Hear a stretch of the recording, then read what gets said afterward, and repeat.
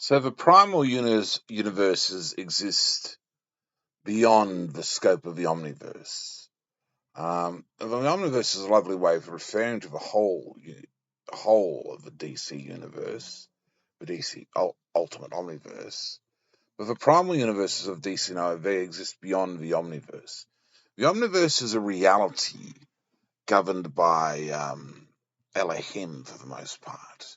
The presence is Elohim for the most part, Elohim Yahweh Jehovah, and it pertains itself to the basic thought structure of the core religion, the central core religion of the DC Omniverse, which is Judeo-Christianity.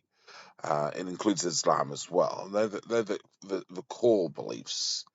So that the DC Omniverse is about Judeo-Christianity as the central religion.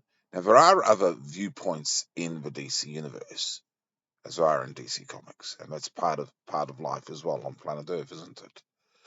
But the Omniverse and DC Comics pertain to Judeo-Christianity tradition. Judeo-Christianity is the core when it comes right down to it. That's the core of the Omniverse. And of course, the fashion of the of God, the presence, was by Jerry Siegel, who created Superman, and another fellow. It wasn't Joe Shuster, it was another fellow. So we see Elohim at work here in the Omniverse in Judaic Christianity history.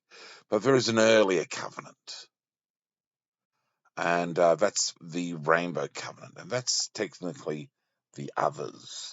That's mankind's technical covenant. That's Noahides. The Noahides exist in the primal universes for the most part, the Noahide realities of expression of the DC universes concepts. And they exist beyond that, the primal universes, beyond the Omniverse.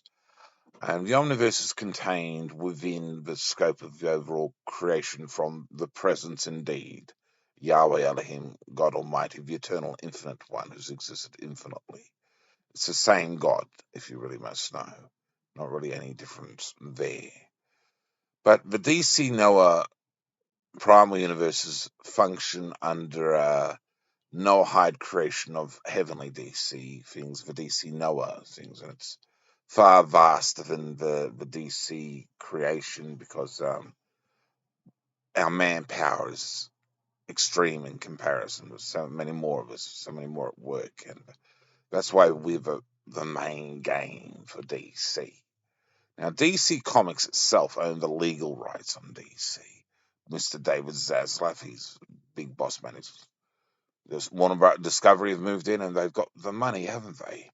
But smart cookie, well done. But negotiations that can be interesting. But what's going to be happening soon enough is potentially is a world to come scenario, and in the history of the DC Omniverse and the DC Noah primal universes, we have the Great Intervention, where the connection is made, where the resurrection of the dead comes to occur, and the connections are made between the old people who've died in the DC universe and the early parts of mankind, the Adamite Noahide community connecting, which is the vast reality from the DC Noah universes. Now, many of the characters in the DC Omniverse, uh, they are actually they're further back in the DC Noah universe as well, if you really must know. But there's other characters too, and they're the older realities of those characters created later, but they exist further back linear-wise in historical chronological time. But DC Noah is the first covenant because it's the Noahide covenant.